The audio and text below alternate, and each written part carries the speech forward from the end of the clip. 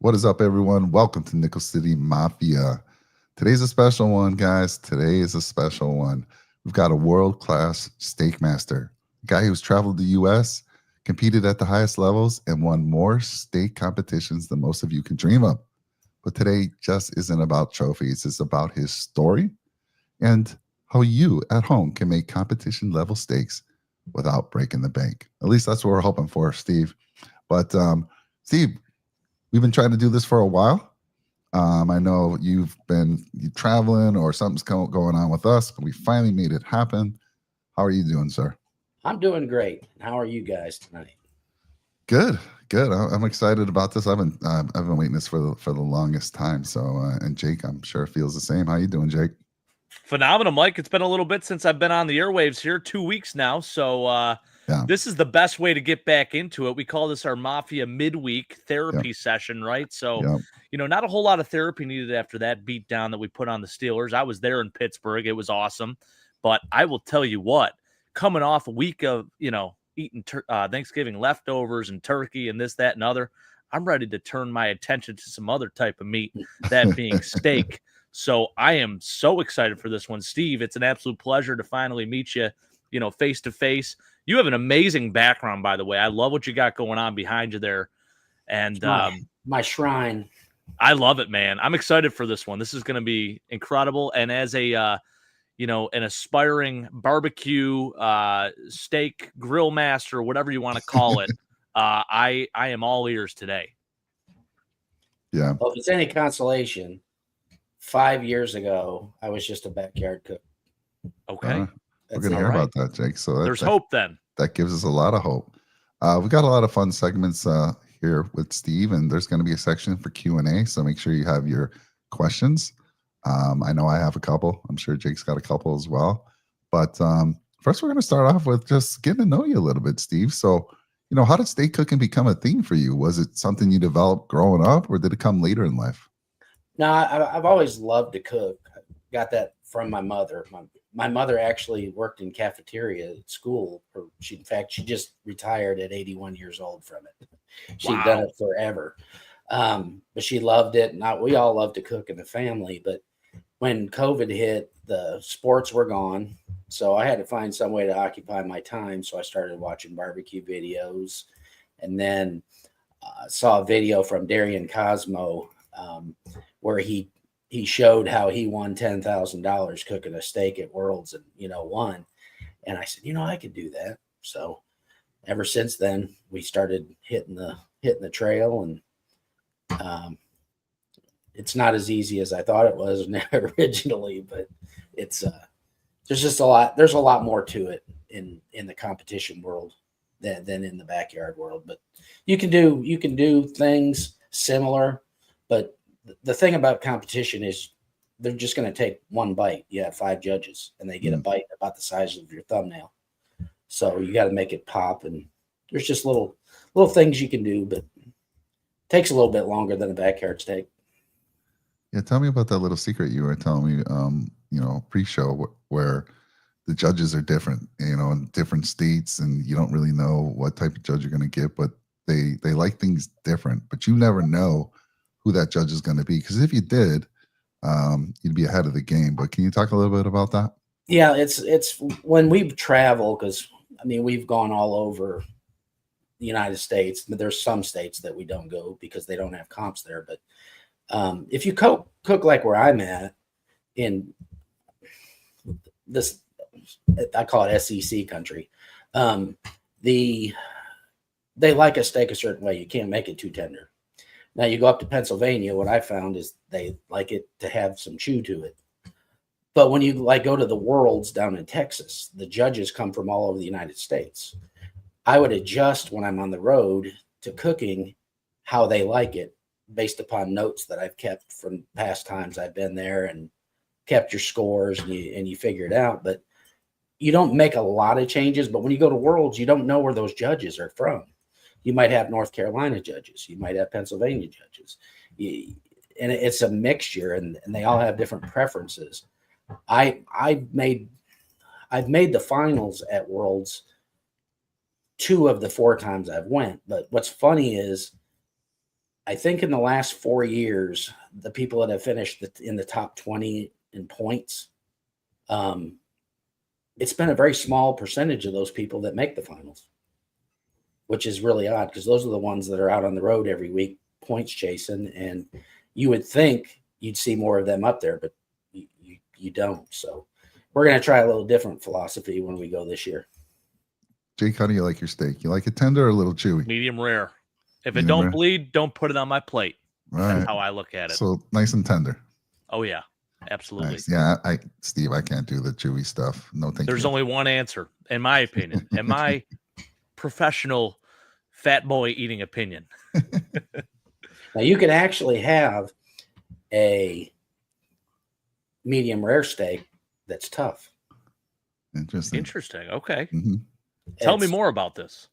Well, when I go to a comp, I mean, I'll start out and I'm going to give you the biggest tip to tenderize your thing, and I got a little tool right here. Okay. The hair pick. Interesting. You take the steak and you go in at 45-degree angles all over the steak. In competition, I only pay attention to what they call the spinalis of the steak because that's the only place they're going to be eating from. We cook ribeyes. They don't eat from the eye and the back. But 45-degree angles at different segments of the steak, that's step number one for me. Step number two, I use a rub. It's a brisket rub that has coffee in it from one of my sponsors, which is... Okay, but yeah, let's get that in the description. In the Mike. link, yeah, I'll put that. Our boy Reed Ferguson, Eamon Azizi, and Drew Gear make one right for you in Buffalo. How about it? I actually looked into that a little bit. The brisket coffee rub. Yeah, it's good. Yeah, and the thing is coffee is a natural tenderizer. So what I'll do is I'll coat my steak with it and I'll let it sit for 30 minutes, and then I rinse it off. Pat it dry, and then you go into the marinades, which I use 3. There's 3 on the market. I know 2 of them you can buy in Buffalo at my friend Joe Green has a store up there, the Big Bear Barbecue Supply. But they kind of go in ranges. There's one that's very aggressive, which is Ace's Wild, which is called Wicked Pig. Lots of bromelain in it. I actually heat it up to 100 degrees, and then I'll put my steak in it for a short period of time. The heat activates the bromelain, which actually it activates on the fat and kind of tears the fat apart. And then one of my sponsors, I go to this one. This is called Moo Magic, another great marinade. Less aggressive, less bromelain in it. I'll finish in it and mix it with just a little bit of Pancho and Lefty. It's called Lone Star Gold marinade. I like the flavor it adds to it along with the Moo Magic flavor, but it's not time. You look at the steak. If I say spinalis, you guys know what I'm talking about in the steak? No. Okay. No. Yeah. In a ribeye, the one end of the steak is fattier than the other, and it has a strip that goes around it. It's called the spinalis of the steak, and it's the most tender part of the steak. On the screen, you can kind of see it on the picture you have below. Mm-hmm. That end piece, and the closer end of the chucks of the chuck end of the steak, you get what they call tri-hearts out of them, which is a 3 muscle, but the spinalis is very big on those. As you get closer to the other end of the thing, you're getting towards strip steaks. It'll just have a little skinny strip at the top. That's not the one you want. You want the ones that have the big ones, but that's what we focus on. But if you're marinating and you just take your thumb and you press it into that steak and you look away and look back and your thumbprint's still there, it's done. It's tender. Okay. Huh. Or Just you can pick it up and you can take it and you pull the fibers apart. And if you've ever seen a piece of brisket laying over a knife where the fibers are kind of pulling, that's another way to tell that you've hit the tenderness that you want. So, Steve, I want you to send me all those links to all that great stuff that you just showed. Okay. Everyone, that seasoning, we'll put it in the description of the video. And I'll actually put I'll have you tell me, Steve, when you use this, what's it good for, and we'll put all that information there. Good stuff. John Robert just saying, yeah, we're focusing on Steve and steak cooking tonight. So sorry, we're not talking bills tonight. Big L, there is a section or segment for its Q&A, and we'll definitely bring that up at that point. But Steve, you've traveled all over the country. You've cooked all over the country. What's the moment you're most proud of? Probably happened this year. We were in Nashville at the Tennessee State Championship. My granddaughter, who's 6, she's been cooking pork chops in the past, but at the state championship they did steak this year, so she got to cook ribeye. But she picked it out, and I mean, you're not going to let your 6-year-old freewheeling it with a razor blade sharp knife. So you help them, but you're teaching them, and that's what we're supposed to be doing. But on that day, there was 2 steaks for me and her steak, and then they had ribs. But she won the kids' state championship in steak. Wow. And then I finished 2nd in steak A and 1st in steak B. So we both won on the same day. And then I got 5th in ribs, which it just capped it off. It was just a lot of fun to see the joy in her eyes, and her and Gramps did it, and the pictures were phenomenal. And I'm just glad kids, I mean, she does things from pageants to basketball to softball to now cooking. Just keep the kids involved and stuff, and give them as many outlets as you can to keep them busy, and maybe they'll find a niche, and at least they have something to do that's constructive. Better than sitting behind a video game. Oh That's yeah. right. I mean, I saw her picture, but she's got to be 8, 9, somewhere. No, around she's there? 6. 6. Okay, even younger. Jay, can you imagine? I mean, you're gonna have to get your kids started Yeah. early. I wish somebody at 6 years of age was teaching me how to cook steaks and winning competitions. Oh my goodness, how good would our dinners be, Jake? She's getting kind of arrogant though here lately. She's cooked 4 times now and won 4 times. Wow, all 4 times, man. Pork chop. She was the pork chop queen there for a while, but I don't know. You teach them, and she's going to actually cook at Worlds this year, so That's I'm incredible. excited about that. I mean, that's such a young age. I mean, first off, you got to have the attention span first off to like really stay on it, right? And then on top of it, you got to have a little bit of skill. 6 years old. That's incredible, Steve. You got to be pretty proud about that. That's a family affair right there. Yeah, we all compete together, and it's just a lot of fun. It's just a family hobby that's the way we get to spend some time together. Love it. But yeah, it's fun. Yeah, that's incredible. I'm sure you'll be doing that, Jake. I know you'll have your kids out there cooking with you. She's already baking a little bit with mom and me. We do cookies and all that stuff, but we haven't quite graduated to the steak. I got to figure that out myself first before we can pass it along. But hopefully that's why we're here tonight. I can figure out some key tips and making a great steak. Yeah, Steve's wife is a cook as well. She's more into the is it the desserts? Ancillaries. Okay. It can be dessert. It can be wings, appetizers. They've had some of the craziest ones, like anything with corn, and she actually made ice cream out of it, which was really the most phenomenal ice cream I've ever had. But out of corn? Yeah. Wow. She made it in Iowa. We were in Iowa, and it was just that's fitting. I love it. And it was with a corn muffin. It was amazing. But this year she competed at the World Foods, and I sous chef for her, but she got 5th in the world at World Foods in dessert. That is incredible. Exciting. Yeah. And she's the 2-time defending champ in the ancillaries in the Steak Cook-Off Association. And wow. I just can't seem to come in first. I finished 2nd last year. So she gets all these wonderful Super Bowl rings, and I don't have anything.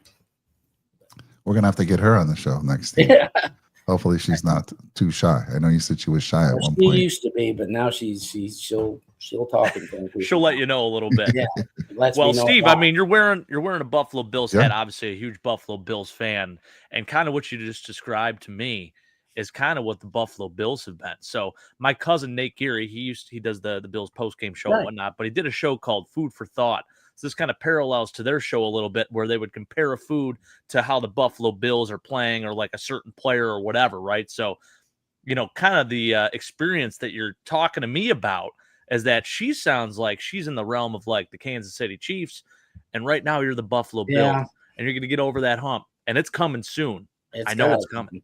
It right? has to. It has to. I was telling Mike before, I had to go change my sweatshirt because I had a Sabres jersey on before. And Oh, man. I had to take it off. Every time they get me hooked, I'm just done. It's just brutal. Let's get a score. 5-2 was the final, huh? Man. Speaking of the Bills, Steve, how'd you become a fan? Just growing up. I grew up in Jamestown, so it was close. I remember standing on the steps of the bank to get tickets to the Raider game, the 51-3 game. Oh, Wow. the All championship, night. first Super Bowl for us. They had barrels with fire going out front of the bank, and we stayed there all night and waited in line to get tickets to go to that game. But it was neat. The funny thing is, I didn't get to go to a lot of the games. I have never seen the Bills lose live. But you and Jake have that in common. He doesn't have many losses either. Not often. But I was supposed to go to Atlanta this year. Oh, And man. that was the week of World Foods. So I didn't get to go. So I did, but I'm glad I didn't go. Got to keep the streak alive. That's right. That's right. So where in Kentucky are you based right now? No, I'm in Tennessee. Tennessee. Okay. I'm 10 minutes from Lynchburg, which is where Jack Daniels Jack is. Daniels, yeah. Okay. Yeah, and I My believe son you said actually you, works there. yeah, son-in-law, right? No, son. Son works there. Awesome. That is cool. No way. Wow. Yeah. I should have brought some whiskey out for this one especially. Darn it. So, Steve, let's get into our second segment here and just let's get into some things that are really going to take people over the top with their steak cooking. First of all, what makes a great steak? Give me 2 or 3 fundamental things to making a great steak. I think the one thing people have to understand is when you go to select your steak at the store, first picking the ones with the big spinaluses and not the ones with the big eyes on them. But look at the color of the steak. We all think that a lot of people believe that you cook to temperature, which is true, but you also have to look at the color of your steak before you start. If it's a darker red, in other words, I don't want to put this. If it's a darker red, it has more what they call myoglobin in it. So then a light pink steak. So when you cut your steak, you judge the doneness by the color, which can occur at different temperatures based upon the initial color of your steak. So if you have a darker red steak, a lot of times I have to go to a higher temperature to convert the myoglobin to give me that pink color, because we cook the color. And I got hooked up with one of my sponsors that there's a box out there that calculates the transition of the myoglobin, but it also keeps an internal temperature as you go along. You can't go wrong just using a thermometer to get to an internal temperature. You're not going to be that far off, but in a competition atmosphere, it's fractions. And the thing about it is when they'll cut your steak in half right when you turn it in, and then they send it to the judging table, and they'll judge the back half, the color, based upon a chart that you have to match. Well, it might look real good to that first judge, but by the time it gets to the fifth judge, it oxidizes and they can turn more pink and they can think you're under.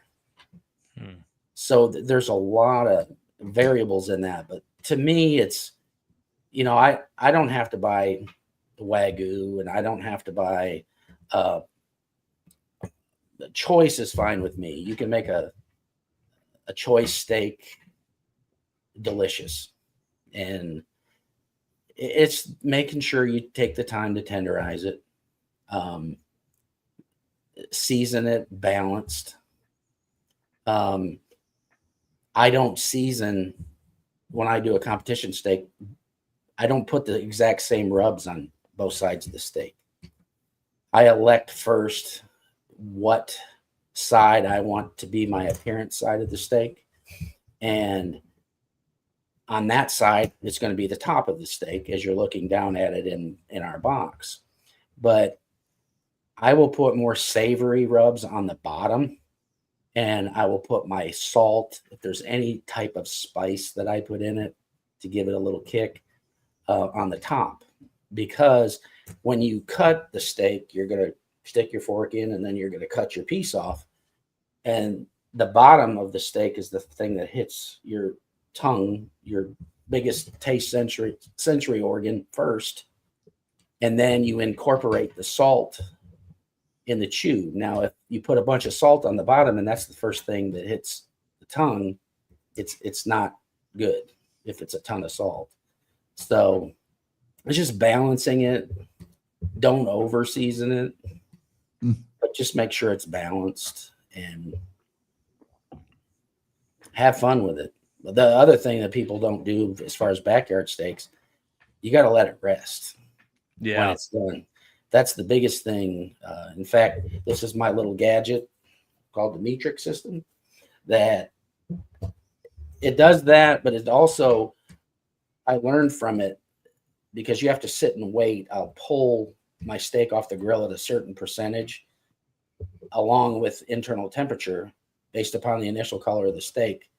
But then I put it in a foil pouch and I just let it sit until it ends up, it goes to what they call 120% on this device, which gets you that. They want medium, but it's actually medium less. It's a little bit less than medium. Not quite rare because they don't want the purple in it. But it's just been a great tool, but it taught me how to rest the steak.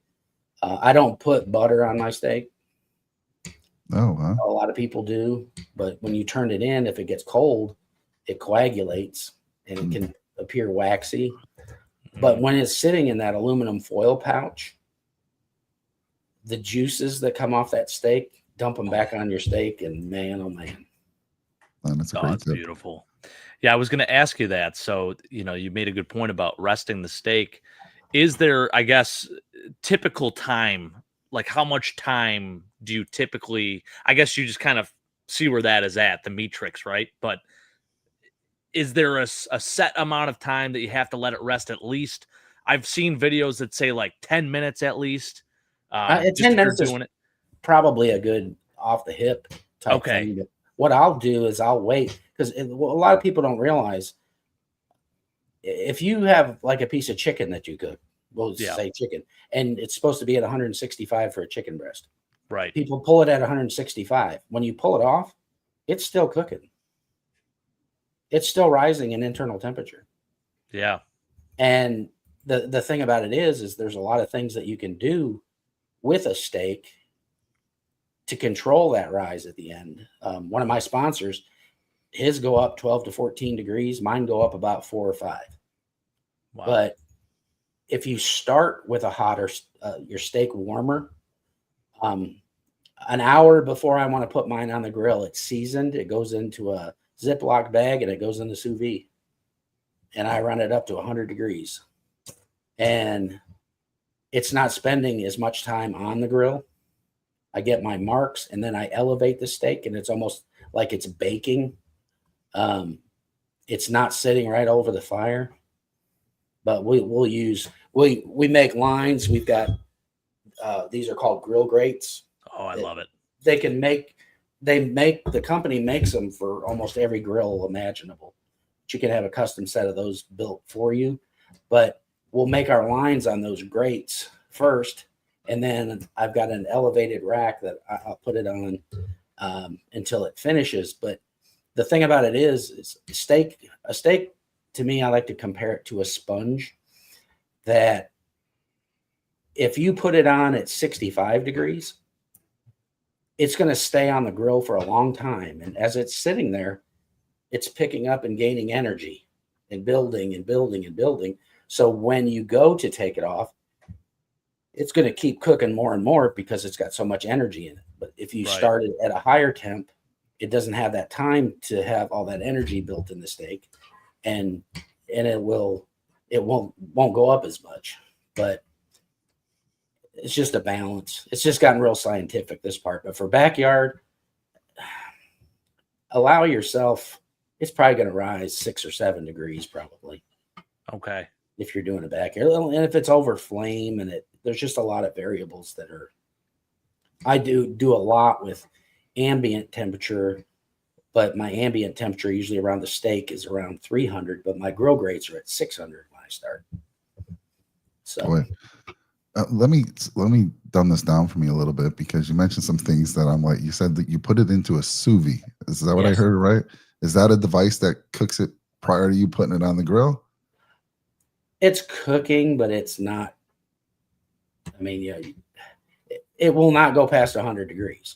Okay. And I won't leave it in there for more than an hour. I've heard, I don't know, but if you leave it in there too long, sometimes it can mess with your texture somewhat. But I keep it in there just up to 100 degrees with the seasoning. So yeah, it does cook some, but it's the most even cook that you'll ever have. A lot of times if you put them on lower temps, when you cut them, I call it white walls, except they're gray walls. On the top and bottom of the steak, you'll have little gray. And then it's pink in the middle, where if you, in the sous vide, it's going to be wall to wall pink in the center. Man.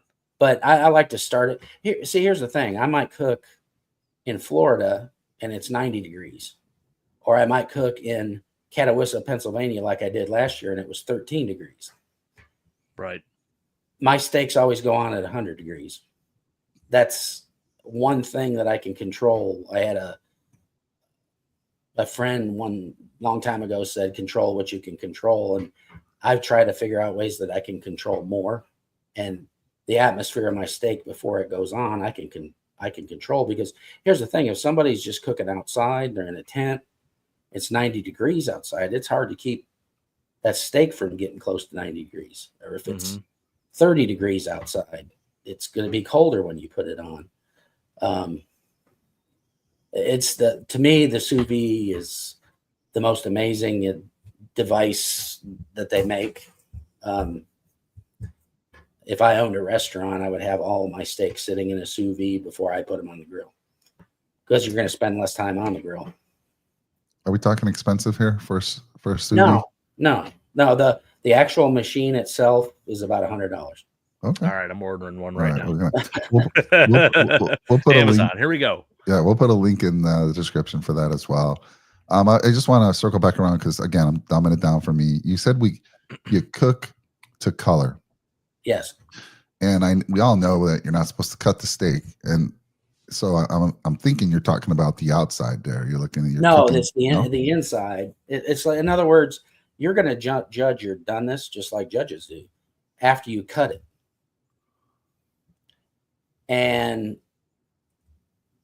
the thing about it is, if you have a steak that is a very light pink when it first starts, and let's just say you cook it to 137 degrees and it goes up to 142 degrees, may look different than one that's very much more red when you start. I know on those steaks, I know I have to go to a higher internal temperature, because it has to have time to convert the myoglobin and change it from red to pink. But you don't know that until you cut the steak. But those are just some things that I've adjusted as I've learned. Because the thing is, after you turn your steak in, you don't know what it is on the inside. You don't know what your texture is. There's so many things you don't control. But when I first started doing this, it was not uncommon for me to cook 12 to 16 steaks a week to practice. Oh wow. Yeah, I was going to ask you that too. So in a competition, you get one piece of steak, one piece No, of you meat. actually get 2 steaks for Okay, each. Say they might have 2, like a steak A and a steak B that day. gotcha. And what you do is when you first get there, you pick a poker chip.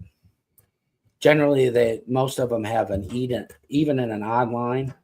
So if there's 30 competitors and you pick a 15, you're probably mid pack on the odd table. But then they reverse it. So if you were first the first time through, you're last the second time. Oh, okay.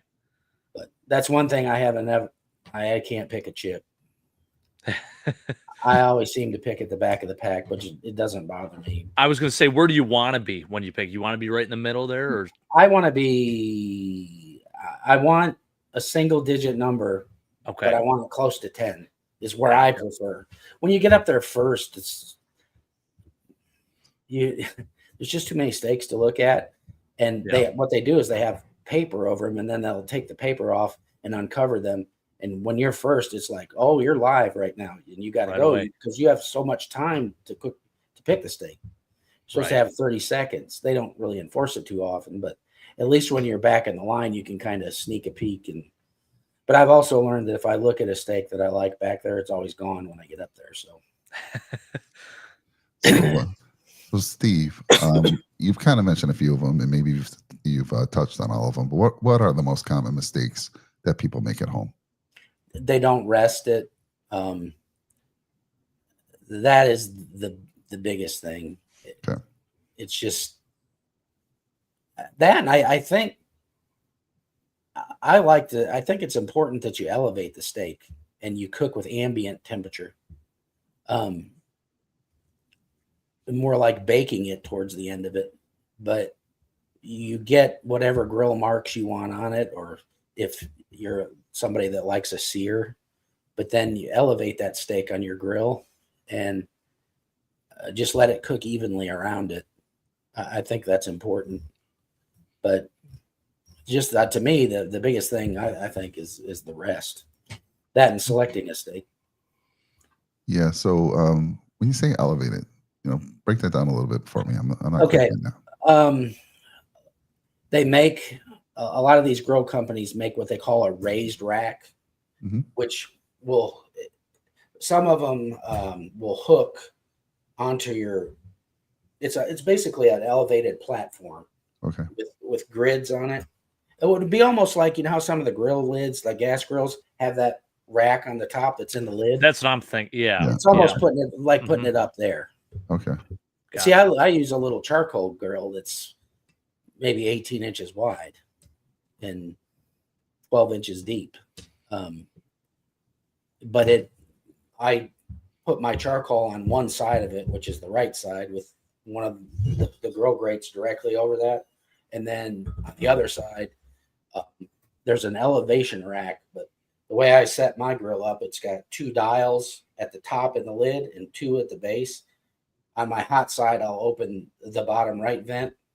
Top right's closed, bottom left's closed, and the top left is open. So that convection is going through that grill like that. Which also, setting up the grill is really important. But the elevation is just getting it up so heat surrounds the entire steak and not intense heat. Gotcha. So, Steve, if you had to choose, is technique more important than seasoning or meat quality?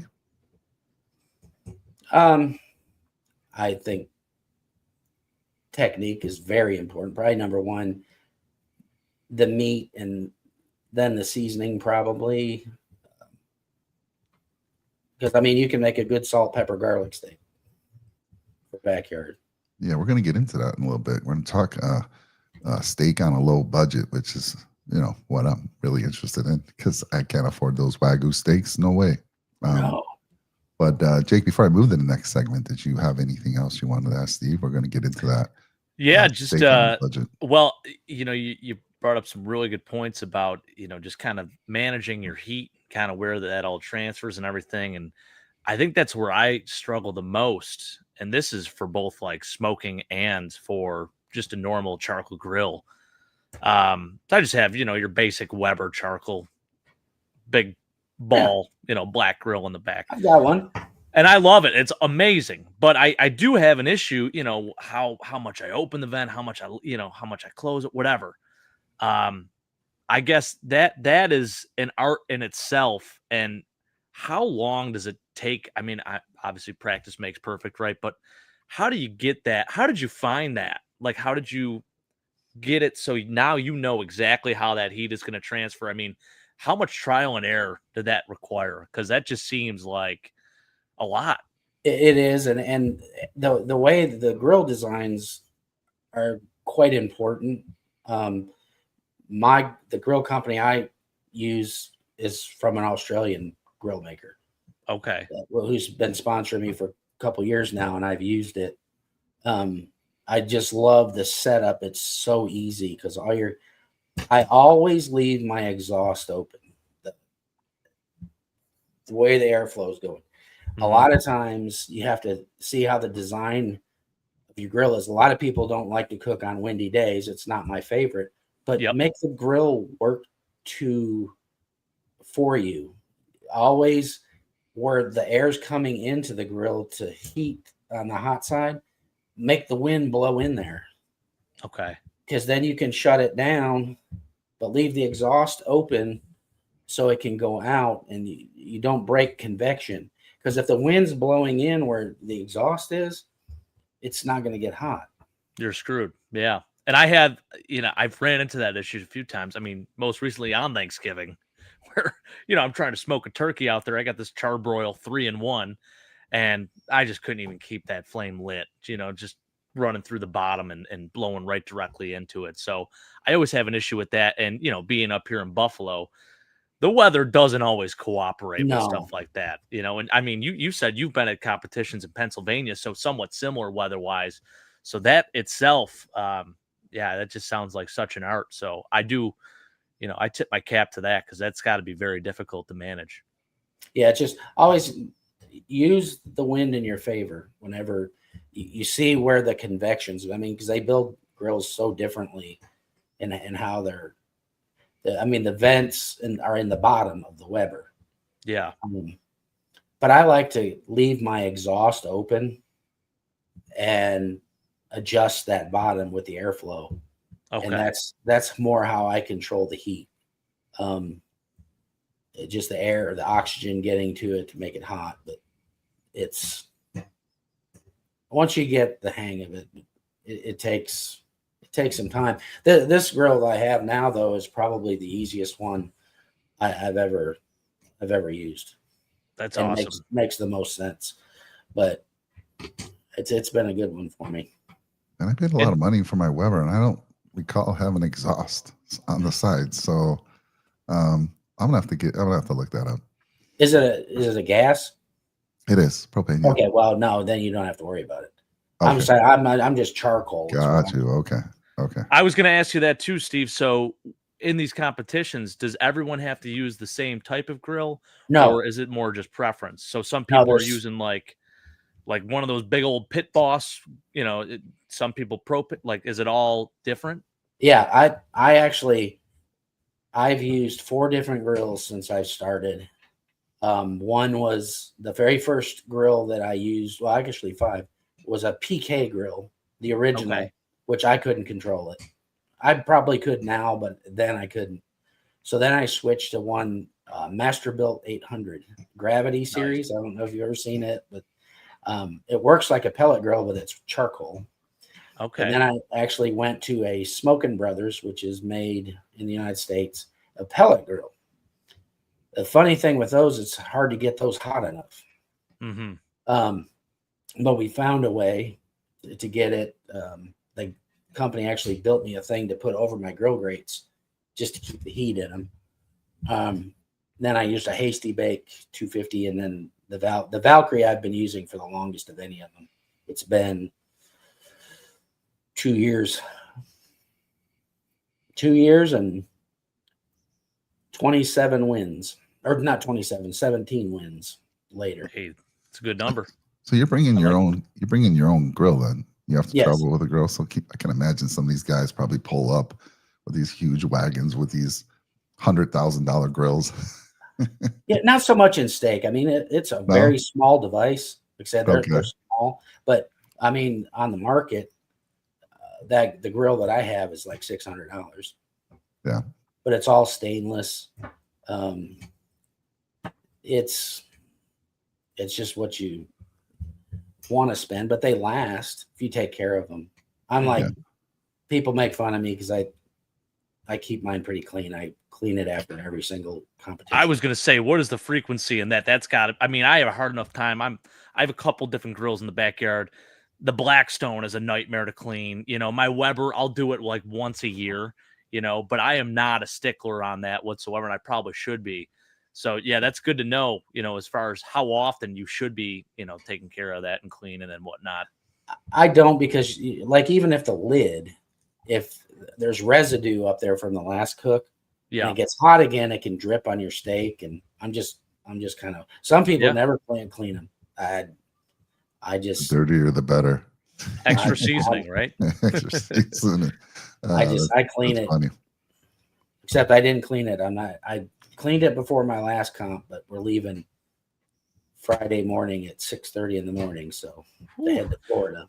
What do you use to clean? I mean, are you pretty basic? Like, is it paper towels, just water? I actually go to Sam's, and they have this stuff called it's a grill and oven cleaner. Comes with 3 bottles in a pack, and it's like $9 and something. Oh, that's great. But don't get it on your skin. Wear gloves with it. But I'll clean my grill with it. Now my grill grates, I just soak them in Dawn, and then take a wire brush in the grooves. That's what I do. The thing about it is, if you keep up with it, you don't have to work too hard to keep it clean. True. Right. Yeah. Yeah. All right, Steve, let's get into segment 3 here. Next level steak on a low budget. I already saw somebody in the chat talk about getting great steaks from Aldi's. So Steve, if someone's on a budget, what are the best cheap cuts that still deliver huge flavor? To me, my favorite's a sirloin. Okay. I like sirloin is my absolute, well, next to ribeye, but is my absolute favorite. I'm not a fan of a strip steak. I just never liked them. The more fat, the more flavor. But the funny thing is, a sirloin is a very lean steak, but to me, it's one of the most flavorful. And it's usually for a budget the cheapest. Yeah. I see it all the time. I'm like, damn, it looks like a good deal. Does it mean it's not a good steak because it's so cheap? But no, I love I love sirloin. It's probably my second favorite, but it doesn't break the budget. Although beef's high right now everywhere, so yeah. But I think it's going to be coming down. All right. If someone can only afford a couple seasonings, Steve, what are the must-haves? A salt, pepper, garlic. They call them SPGs. In my neck of the woods, there's one particular rub. My one sponsor, Hottie Toddy Barbecue Supply, has been with me since the beginning. This will go on every single one of my steaks. It's called Climax AP. It can be bought in Buffalo. Okay. Or I also like my other sponsor, Disruption. This is called Epic AP. I use both of them on my steak at different areas. To me, those are my favorites. And 2 more. I got a bunch here. Disruption has a beef and more, and Hottie Toddy's got a holy moly. I like those. And there's one more that the guy just changed it, that I mentioned earlier about finding the appearance side. And I like to add some color to it. Years ago, I don't know if you've ever heard of this rub, but Malcolm Reed, Killer Hogs barbecue rub. Barbecue rub. No, I haven't. A lot of people would put that on for color on the steak, just to get color. But this one's made by Primetime. It's called Bovine Shine. You can see how red it is. Oh yeah, I see that. Yeah. But he just changed it, and I'm going to tell you what, it's got a lot of the umami in it. It's another good one. It's a staple that's in mine. But an SPG is good, and then just something savory. I mean, the one hottie toddy, this one, the Holy Moly, it's got kind of a smoky flavor to it, which is kind of nice. And I like it. the one gentleman that owns Disruption, he's been a good friend of mine as well for a long time. The guy's a scientist with rubs. He's got some wild stuff out that I will take a very light pink steak on the outside, and because you want to reach that mahogany color. Right. And he's got one, it's called Meat Primer. It's a very fine gray powder that every time I use it, I sneeze 6 times.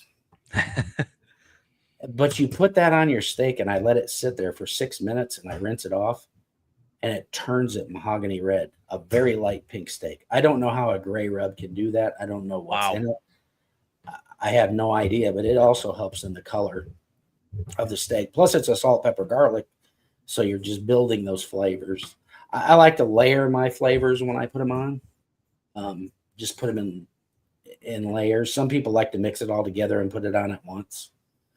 I just like to build it layer by layer and start with certain flavors. But like I say, I don't season the same top and bottom. But in a backyard steak, you can get away with that. You don't need a whole. When you season, how high, I mean, you're seasoning high usually to get it a little more evenly. No, I dump mine in little shakers. Okay, that's good to know.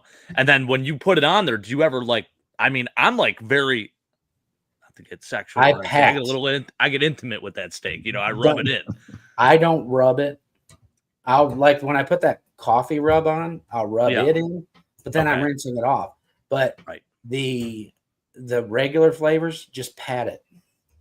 All you gotta do is press. I'll put a binder down. I've got a Kraft Worcestershire sauce that I use. That I'll put down first, just a light, thin coat of it. But then when you start putting the rubs on, and then I let mine sit for an hour after I season it before I put it in the sous vide. My process is about 3 hours for one steak. Oh, at a comp. Okay. What is, you've mentioned them a couple already, but what is one cheap trick, not the band, what is one cheap trick that anyone can do to give a massive flavor upgrade to their steak? Now, you mentioned the seasoning. You also mentioned early in the show about that cool little fork that you were jabbing into your steak. There it is. That's for texture. Okay. For flavor, it's the marinade. I mean, okay. I think that's huge. The coffee rub also, for some reason, that enhances the beefiness of the steak.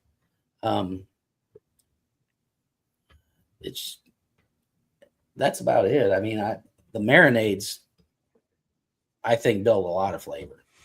Okay. Plus, they're working to tenderize the steak. Right. You keep mentioning coffee, right? Coffee and natural tenderizer. I'm not a fan of coffee. Like anything that has coffee flavor, toffee. I'm not going to taste coffee, am I? No. Any bit? Okay, good. It's almost like, well, plus I'm rinsing it. Yeah, okay, that's true. You're rinsing it. But I don't think you're really going to, you see, it's like when in barbecue, a lot of times people put mustard down before they season their ribs as a binder. You don't taste mustard. And in fact, the vinegar in the mustard is a tenderizer for the rib. So it's working in your favor too. But you just don't taste that kind of stuff. Okay. Unless you just absolutely lay the mustard on it. Right. That's not the intent. It's just to put a nice thin layer on there. Right. So Steve, the last question I have of this round, of this segment, ask Jake if he has the last one, and then we'll move on to the next one, which is going to be steak, truth or trash. It's going to be a rapid fire round for you.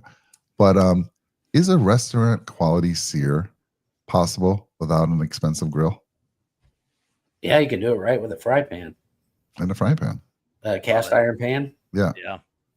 Yeah. The only thing I'll tell you when you do a sear, don't season as heavy.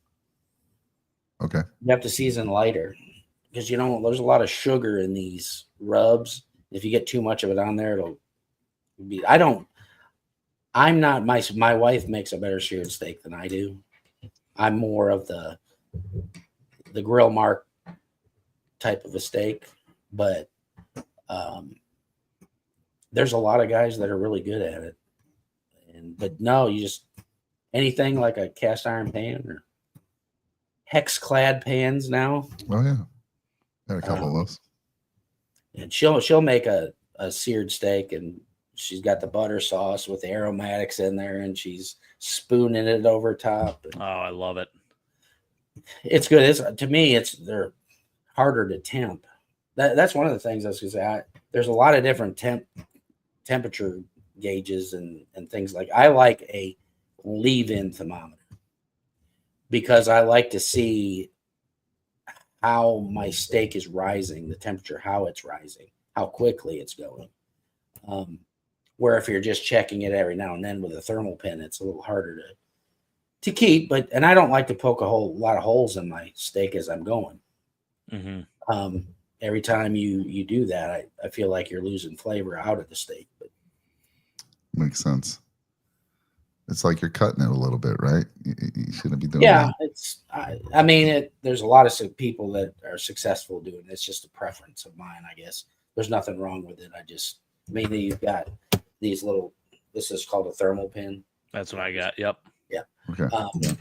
It's got actually kind of a pretty good sized hole that it puts in it, but I like to stick mine through the side of my steak in the back end of it and put my tip of my probe in the center. I'll go do all my turns in the steak and just leave it in. I just like to see how it's progressing as it goes along. Okay. Jake, did you have any final questions before we move on to the steak truth or trash? This is amazing. I mean, I'm just taking this all in. I really appreciate it, right? Steve. Yeah, this is awesome to know. I'm a little offended. You said you don't like the strip steaks. I think that's one of my favorites. I don't know why. Really? I do love a ribeye. I do love a ribeye, though. I think if there's anything consistently that I love, ribeyes all day. But yeah, I always get a New York strip steak just because typically when I am doing steaks, I'll admit I'm just doing it on my propane Weber. So I'm not doing anything crazy with it. Very simple, like 4 minutes one, 4 minutes the other. I cross hash it, do all that stuff. But this is amazing. Yeah, I mean, I'm just trying to take this all in. I'm gonna tell you a funny story. If I go to a comp, this is my father-in-law. He cooks steaks too. Yeah. But when we go out and we have a bad day, that night we go to a restaurant and have a steak. So we feel better about the ones we cooked. I love it. That's awesome. That's great. That's good stuff. You got to go to a pretty high. I mean, the steaks that these people make at these competitions, my family, my mom and dad, they don't stay cook and stuff like that. My sister, they can't go out and eat anymore because it's a disappointment. Oh yeah. Nothing's going to top it. Right. I've heard that. It's just another level of, yeah. And why would you? That's why we go out to eat steak when we have a bad day. We need a. My wife always laughs at us, and if it's real bad, you have to go to put steak sauce on it. That it's real bad. If you got to go to the A1, that's tough. That's like the biggest disrespect ever, right? I mean, yeah. Yeah, I don't like putting anything. I mean, if the steak is good, it's good. It doesn't need any additional flavor, and I'm not about the extra sauce or anything. All right, Steve, let's get into some fun questions for you. This is a steak truth or trash. We're gonna give these to you in rapid succession here. So here we go. Reverse sear is overrated. No, I think if you know how to do it right, it's great. Okay. I'm not good at it. Gotcha. I'm better at just putting lines on, but if my wife makes it for me, I'll eat it. All right. Well, this is the one I'm really interested in. You should only flip a steak once, Steve. No, I mean mine go 4 turns. 4 turns.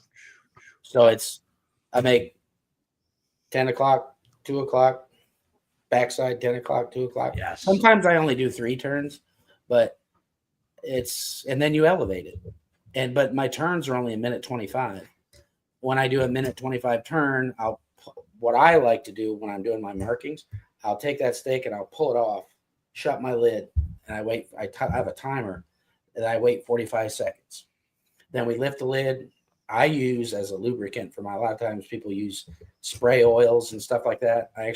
We make our own tallow, and I use tallow, and that's what I lubricate so I don't get the stickage.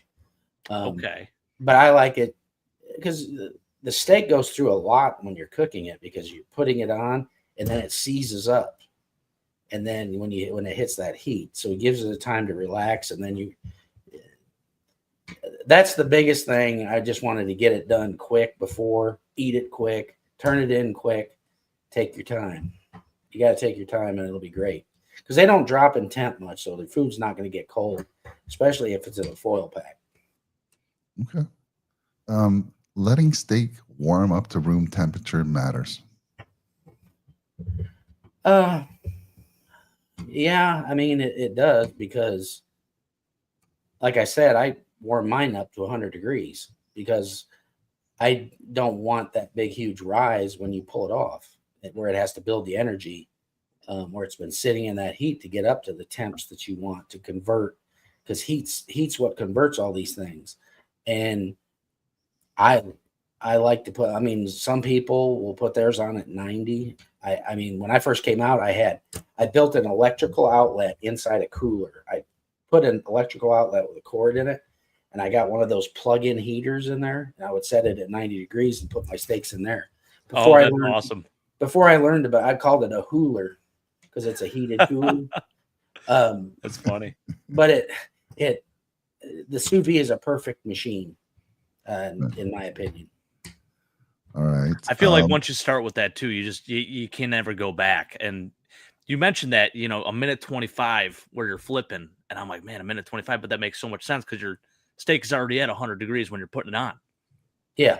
No, it's not just that, but I mean, you got to remember my grill's at 600 degrees. Well, that's too high heat. Yeah. It's important. That's good to know because I always wonder how hot I should get my grill. So yeah, 600. I do 600 on my. That sounds right. My rails. You can get a Harbor Freight. You've got them near you. Yep. Yes. They have infrared guns there, and I just on the grill grate, I'll put the little dot on the line, and I like mine to be anywhere from 590 to 610. I used to cook a lot less temp, but my turns were longer, and I got away from that. I just got hotter and quicker turns. But it only actually sits above the fire for 6 minutes? Yeah. Right. I've been missing out on that one. I don't think I ever cook anything like I let it go over 450, and I'm like, oh man, this is dangerous. But now I know. Now I know better. Steve, is marinating cheating? Is it cheating to marinate? No, it's smart. It's smart. Love that. And you already mentioned the sous vide, and it's one of my questions.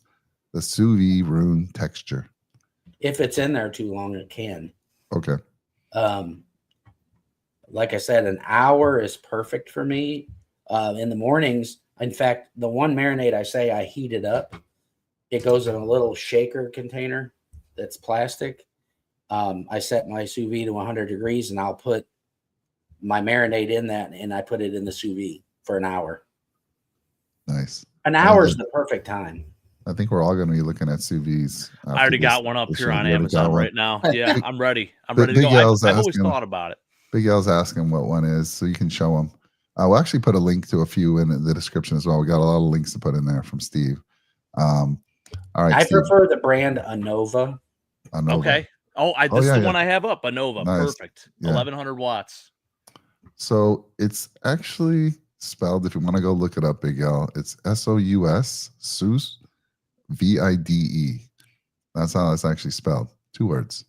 But it's pronounced sous vide. So that's what was throwing me off. I'm looking up sous vide. I'm like, where is sous? What the heck? Now I kind of know. But last question in this round here.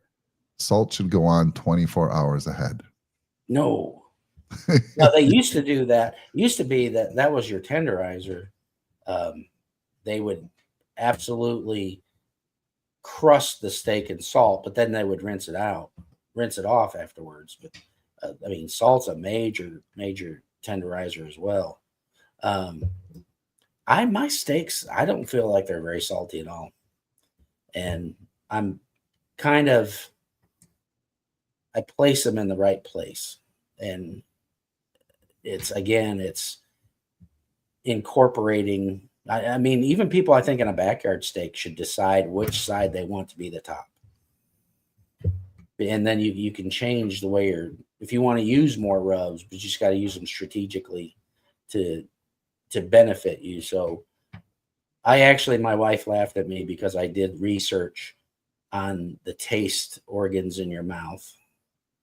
And I take seasoning extremely serious, that where it goes and when it goes and how much of it goes on there.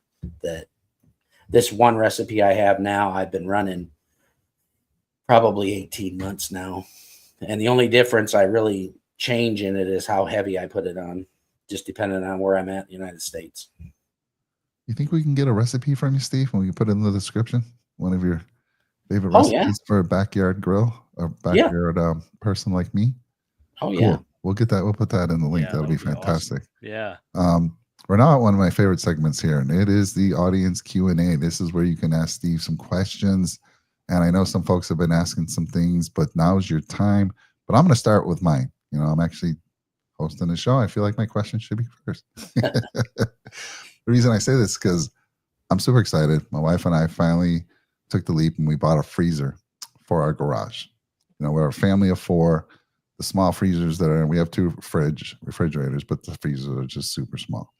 And so we're going to be shopping this weekend, and I want to stock up on some steaks. My question for you is, A, how should I seal a steak before I put it in the freezer? How long could it last in the freezer? And what's the proper way to thaw it when I'm ready to cook that thing? I like to, when I do mine, because the funny thing is we get steaks. Say it's a double. I get 4 steaks that weekend. I don't cook a practice steak while I'm there. A lot of people do. I just don't, because I do my practice at home. But I like to vacuum seal them. Okay. I don't like stuff frozen more than 6 months. Okay. And it's better if it's used in 90 days. But I struggle with, if I'm actually doing a practice for doneness, I struggle with a frozen steak.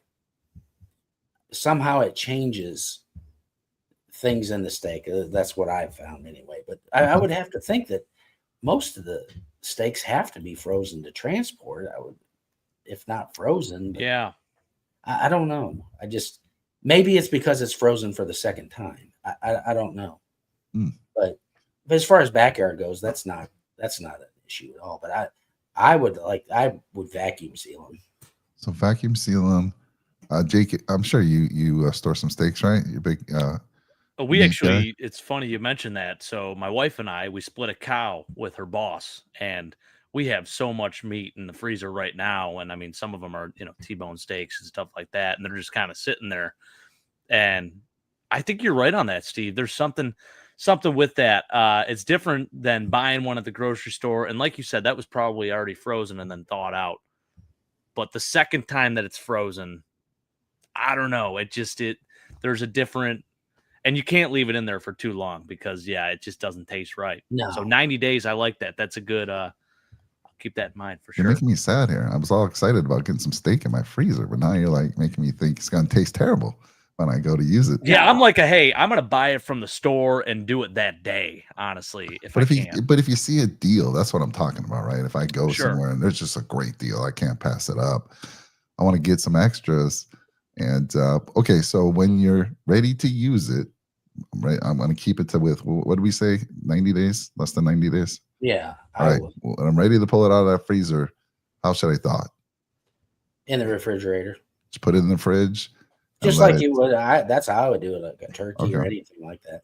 You could I've thawed one before in the sous vide, set it at Oh, 50 yeah. degrees, set Okay. it at 50 degrees, and it stays in there. What about the water trick where people put their steak in a water? They want to eat it the same day.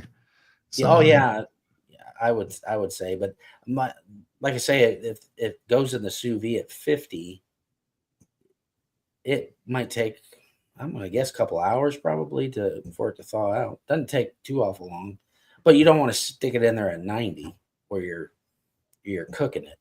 Yeah. Okay. Good stuff. Jake, how do you typically thaw your steak from the freezer? Typically right in the fridge. Right in the fridge. But I'll admit I have done the water trick where you just put it in like a, whatever, like a bag, and then you throw it in some water and just let it sit. When it goes in the fridge, what's it take? Just a couple days?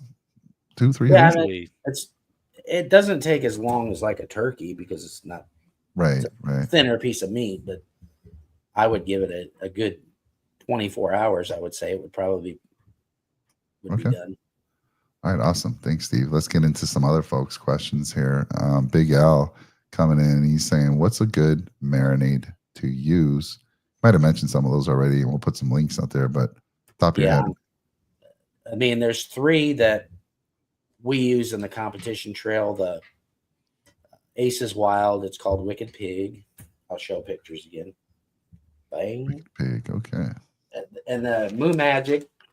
These 2 can be bought right in Buffalo if you live in Buffalo. Oh, absolutely. I'm all about it, Steve. I'm on it. Joe Green store. And then the other one was the Poncho and Lefty. Any of these could be like bought online though. There's barbecue supply stores all over the United States. That a good friend of mine owns one in Alabama. It's called Bama Barbecue Supply. Locally, for people in Buffalo, Joe's Big Bear Barbecue Supply. He's got most of this stuff. I kind of got him hooked up with some of the rub makers and stuff that's used on the circuit, and he started carrying it at his store. So Trek Reviewer says, I can tell you I used to work at BJ's, and all the steaks that they sell get cut in club, and they are not frozen when they come in. Oh, okay. Interesting. Huh. Interesting. Jake, No you have any questions, sir? This is your opportunity, chat. So chime in with some questions for Steve. It's going to be rare when you get an opportunity like this. Somebody did bring up a comment about Aldi. Yes. Oh, yeah. That's where I get my practice steaks. Really? Okay. When I want to cook one, because the meat is good there. It's choice, but they're individually wrapped. So you can buy single steaks. So a lot of times you go into a place and you get a 3-pack, and you'll have a real nice, what I call a tri-heart, and then 2 duds on the other 2. This way, people used to tell people to practice steak selection for a competition to go to Aldi's. But I'll be sitting there, I'll be going through all them steaks at Aldi's, and these women are getting mad at me behind me because I'm like hogging the steak section, going through every steak. That's funny. So all these, what do they have? Sirloins? They have ribeyes. They have ribeyes. Is that what you're ribeyes? getting? They have sirloin. Okay. The underrated. They're good and they're cut nice. Okay, we got a couple. I love it. Ribeye. I don't know why I haven't been a fan of ribeye.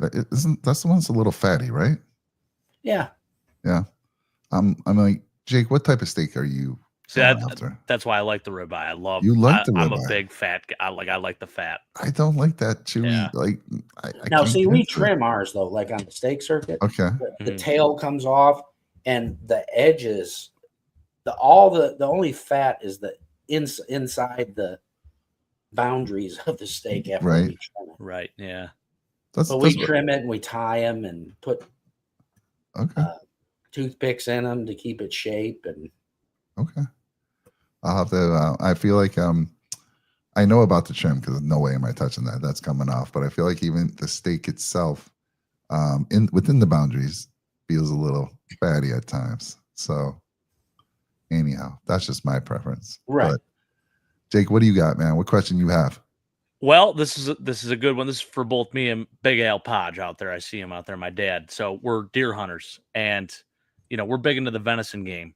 So I don't know what your experience is with venison, but do you have any tips or suggestions with a more gamier piece of meat to get that tasting real good? To me, my son's a deer hunter. Okay. I'm just more of a salt, pepper guy, salt, pepper, garlic guy with that. It's hard to tame it down. There are some very game specific rubs that I understand that are available out there. I don't cook with it a whole lot. It's very, very, very lean, very, very good for you. Right. Some people don't like the flavor. It doesn't bother me a bit. But I mean, salt, you can't go wrong with anything with just salt, pepper, garlic type rubs. But there are, if you do research on there's a manufacturer out there. I'm not sure who it is, but I remember somebody talking about it on a barbecue podcast, that there is exclusive for like elk and different exotic meats like that, where they've come up with some of that stuff. Oh, that's good to know. No, I'm definitely gonna look into that. Yeah, because I always trial wonder. and error.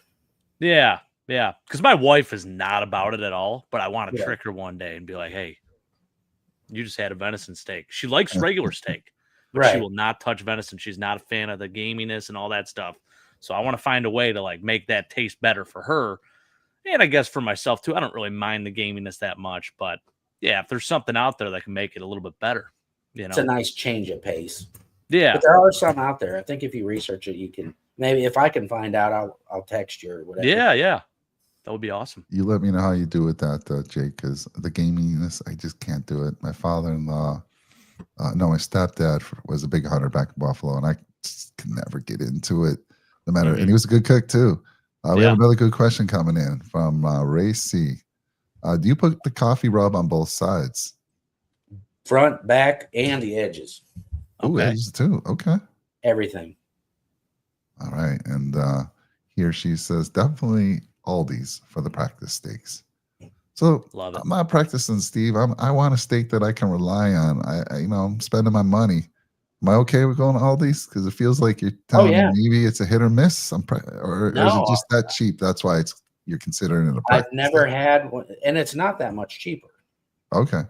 I mean, it's. I don't know what grocery stores we have. Publix. I know in Buffalo there's Wegmans and stuff like that. Publix is probably about like Wegmans, in my area, but it's over $20-something a pound if you go in there to buy steak. But like Aldi's, I think it's like around $15 a pound. Okay. I've never thought of Aldi's. Quality is excellent. I've never had a bad one there. Yeah, we had a brand new one just open up, and I've been in there before. I usually get their frozen pizzas because you can get them for like $3. But I've never thought of them for like steak. So I'm definitely going to check that out here probably tomorrow or near future. They're all single packaged, and almost like a vacuum seal package. Ready to go right into the freezer if I buy a bunch of them. Yeah. Nice.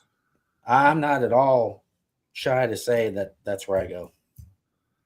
So Big L says, look for a marbled steak and red with fat. Yes. That's a question, I think. Oh, yes, definitely. The marbling, you can tell. Here's the thing. In the eye portion of it, the back, more of the kind of the loin part of it. If it's well marbled back there, and to me, I don't like those hard fat lines, but it almost looks like it's spider webs or speckled. Oh, yeah. That's the best kind of marbling. You don't want. That's why we ask them to flip steaks, because if it's got a thicker band of fat, that's another thing I forgot to tell you about. I will take an X-Acto knife in any of the hard fat. I will cross cut it with an X-Acto knife, just to get it started, because I want that fat to melt. And you don't want the judge to have that, but if you start it, and I found that if I cross cut it, And then I will do it after I get it out of the hot marinade. So then when it's warm, when you hit that, you'll just start cutting that fat off. The fat is flavor. That's where you're getting your flavor. Yeah. Awesome. Oh, I'm so hungry right now. Oh, It's I know, right? unbelievable. I haven't had dinner. My boys are. It's still early. Oh out man, here. you're lucky you're on the West Coast West there, Coast, Mike. It's a yeah. little after 8 unfavorable. here. Yeah. But Steve got me hungry earlier before the show even started, talking about all the great food he and his wife are cooking. So it's amazing. So Steve, we are definitely going to get all the links to all those seasonings that you mentioned. Maybe we'll even share if I just had to get 2, Steve, because I don't want to get them all right now. I'm going to start with 2, experiment with those 2 for a while, and then maybe I'll venture off. We'll mention those in the description of the show, and then I also want to put just a real good recipe that you have, so we can all try it, check it out, and come back and say, "Man, this was amazing," and thank you. What's the next recipe, Steve? I think the next question I have is, do you do private lessons? If Jake and Big L fly you out there to Buffalo, but you give them some special private lessons there, cook a steak up with them. Well, when Jake, Bama Q is coming back to Buffalo next year. Oh, I'll be there. And when we do it, we're probably going to do it in July this time. Okay. But come out. I mean, Iman came out to visit me the Friday night because they had the Mafia con going on that weekend. Right. And I took him through the process, showed him exactly what I did. He got kind of the Cliff's Notes version that night, but that's the thing about SEA. People help each other. I don't have secrets. The thing about it is most people win and lose it by their steak selection and what they do behind the grill at the end. The middle processes, there's a lot of people that have techniques that are similar to mine. They might be different than mine. That's what works for me. But I've been picking at the back of the pack. I still do well. You're going to get a decent steak. It's probably not the one that you wanted, but some of the people picking steaks, I just shake my head when I see what they're picking. And then they leave me this beautiful steak. But I just really think that people lose competitions. You know, they waste a good pick of a steak and they're not picking. I don't know what they're looking at sometimes. Steve, what's that steak that's on the image there? I also saw you had sent me some images that looked like exactly like that. What is that? What type of steak is that? A ribeye. That's a ribeye. Okay. That ribeye looks delicious. Yeah, I mean, when you trim it down and it doesn't, a lot of times people think it's got a big tail on it, stuff like that. We trim them down beautiful. I mean, it's great how they do that. And you don't get that edge fat. Yeah. That's probably the fat that you don't like, Mike. Yeah. That inner part of it looks fine there, actually. Yeah. Jake, so you said the ribeye's your favorite, Jake? I love a ribeye. Yeah, I think that's my top tier. Does yours ever look like that right there? Because that looks fantastic. I mean, I have started working on my cross hatching, and I'm getting better. I'm not that good. I'm not as good as that, and I'm nowhere near where Steve's at. But listen, I'm willing and ready to learn. So Steve, give us the elevator pitch. How do we get it looking like that? Well, here's the thing. It's easier if you got a toothpick in it if you line it up on that rail, you make sure that toothpick, so you get that perfect point. And what's funny is I watch people cook. I said 10 and 2. They got that toothpick and then they'll lay their steak down 10 and 2. I don't. I go 4 and 8. I want that toothpick closer to me so I can see it when you're putting it away from you. So I actually cook probably upside down from everybody else. Oh, wow. Yeah. They'll cook That's with the secret right there, folks. I don't know. Because your steak, I saw the picture. You made one of these and it looked exactly like that. I was like, oh my goodness, that looks delicious. Yeah, I think I sent you a picture from when we were at Worlds. Yeah. It was still on the grill, but it was on the raised rack. The raised rack I'm talking about. To me, that's important We, to have we got to that. figure out how to get Steve out by the grill on a live. We'll do a live show like this, have him out at the grill and just go through just watch him cook. That's what I'm saying, Steve. I'm telling you right now, you're a natural already, just like on camera. I think you're fantastic. Yeah. And you would do so well.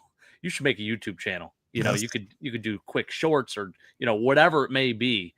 You could teach lessons via YouTube even if you want to do that. Man, It's funny we got to that get you a channel.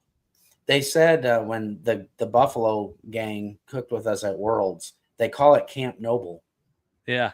And I'd like to do a YouTube channel called that. You should do it. Yeah, you should. And do that. But we just,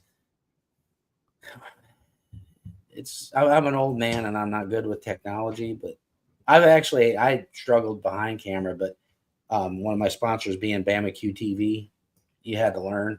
Still remember the very first video I ever did with them. The only thing they put on there that I said was it takes 3 beers to cook a steak. Oh, that's awesome. Well, I'm with you on that one. It's kind of embarrassing. Well, we can help you with the tech stuff, Steve. We've gone through it, right? We've been doing this for 4.5 years, and trust me, we started off rough. Lots of technical issues. We can help you get started, tell you what you got to do. We'd love to help you. We have another question from Big L, and we have some high praise for you from some of your friends, I believe. Joe, Christopher. We'll go back to Big L's. Remember for me to go back to Big L's, Jay. He says, "Hi from Buffalo. I've learned so much from Steve and Catherine. It was a small world meeting them. That's what makes barbecue community great." There was somebody else who had high praise from you. Here we go. Joe Christopher said, "Hi from Buffalo. Steve and his wife Catherine are the best. I've learned so much from both of them. It was a small world meeting them, but that's what makes the barbecue community great." Is that the same person? Yeah, yeah. He was it was Joe, Christopher, Joe Green, Robbie Bacho, and Chad DeDominicis. They cooked with us this year. And then Joe has a daughter that she actually placed in the World Ancillaries. And she made the stage at the end. It was pretty exciting. Absolutely beautiful. But that's the thing, the relationships you make in this. I mean, we've got friends all over the United States now. Even in our little community, they have something called Steak Church. Nice. Saturdays before we do like a little 15-minute dedication where there's scripture read and stuff like that. So that's cool. It's a neat community to be involved in. Yeah, it's like the Bills Mafia, right? If you're a Bills fan, like we meet people all over the country. It's the nicest people you ever meet in Buffalo. I mean, my goodness, the friendliest people. When you need help, they actually stop and help you. Unlike out here in the fast times in California, nobody really wants to stop. I had a cop stop me the other day. I was near Nashville. He pulled me over, and I went to the side. He rolls his window down and said, "Go Bills." No way. I'm not kidding. That's amazing. I'm not kidding you. I thought I was in deep trouble. Yeah. I couldn't figure out what I did wrong, but no, he stopped me. It was in Laverne, Tennessee, and the guy pulls me over and winds his window down and says, "Go Bills." Oh, that's incredible. See? I love that. Yeah, I love wearing my Bills gear out. You always get a Go Bills, and it just strikes up a great conversation with people. Let's see here. We got another one here coming in. We got to get Big L's question answered. He definitely would do a great job demonstrating for sure. Listen to him. He's a natural here. That's my sponsor. Imagine that's the dude with the Matrix. Okay. Okay. Cool. All right. Well, we're gonna definitely put some links. I'm looking that up too. Listen, you are selling me. Yeah, I got Amazon open. I'm about to buy the sous vide. I don't even care. It's 14% off. That looks pretty good to me. I know. $100. Well worth it. Let's go. Right. So Big L's question is: do you spray the grill racks with oil before you put the steak on the grill? Yes. Just for stick. You don't want your stuff to stick because then you'll pull lines off. But I don't use oil. I know some people do. Avocado oil is a good one. Anything that's got a high heat. So you put your steak right on there, Steve? I use tallow. What's it called? Tallow. So beef tallow. Beef tallow. It almost looks like Crisco when you first start with it. And I have a little cast iron pan that I put in my grill and a brush.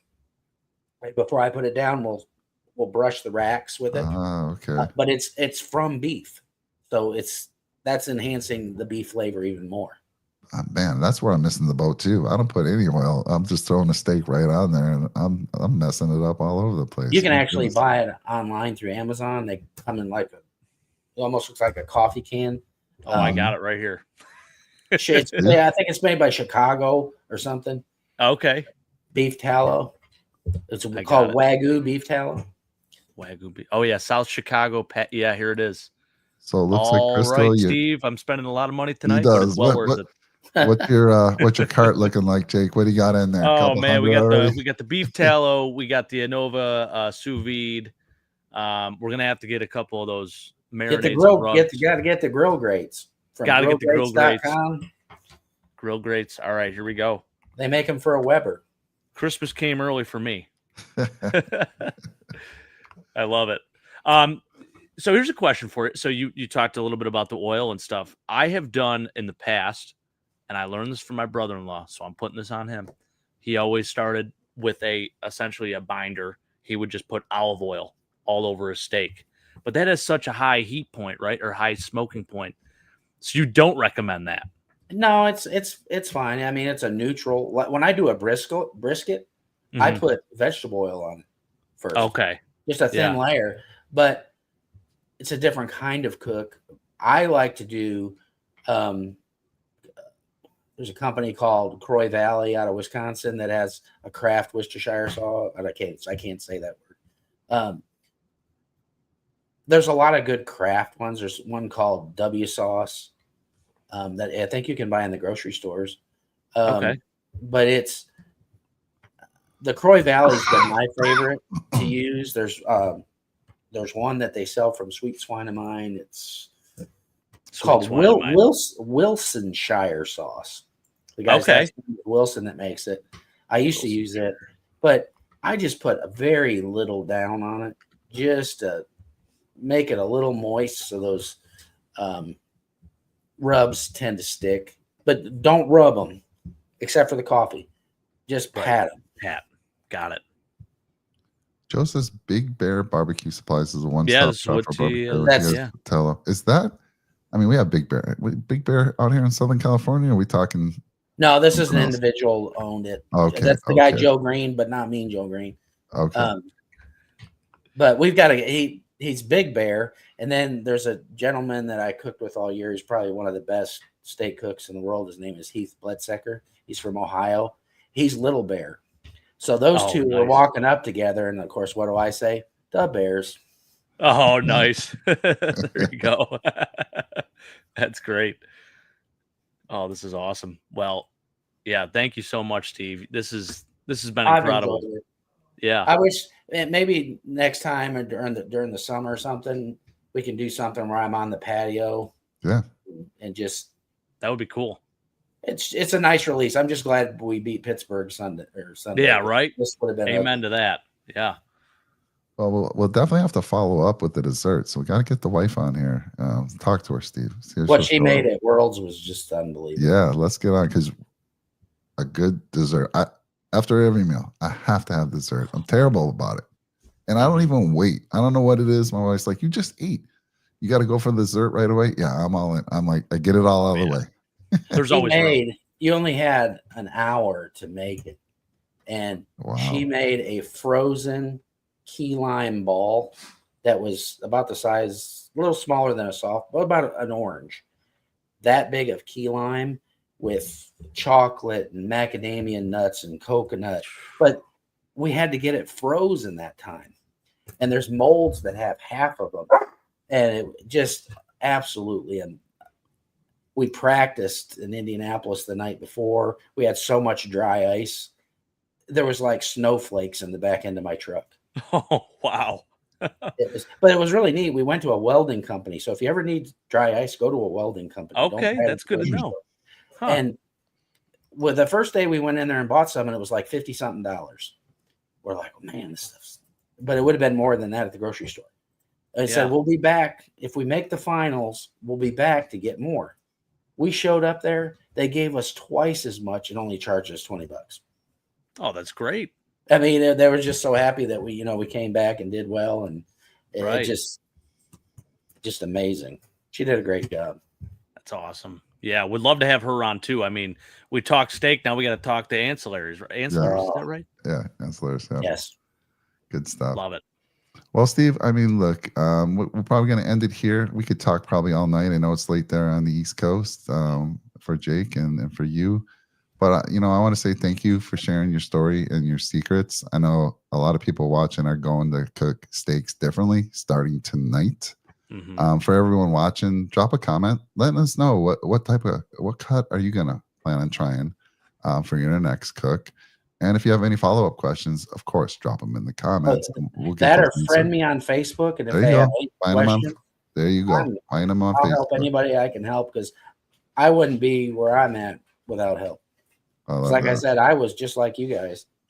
I mean, I was interested in cooking, but I wasn't a professional competition cook. Right. Big L says, if you need a tasting judge for your sample steaks or those test steaks, he's all down for it. So. Oh, we'll be there, Dad. We're going. When he comes up here to Buffalo, we are going. Absolutely. I'll bring some beers too, Steve. Yeah, there you go. So, Steve, thanks a lot, man. We really appreciate it. Thank you, guys. It's been, I can't tell you how excited I was to have this show, and it's been everything that I thought it would be. So, thank you so much, Jake. Thank you. Absolutely. And, it's a pleasure. Let's go cook some steak, and let's get a big win this Sunday. Go Bills. Go Bills.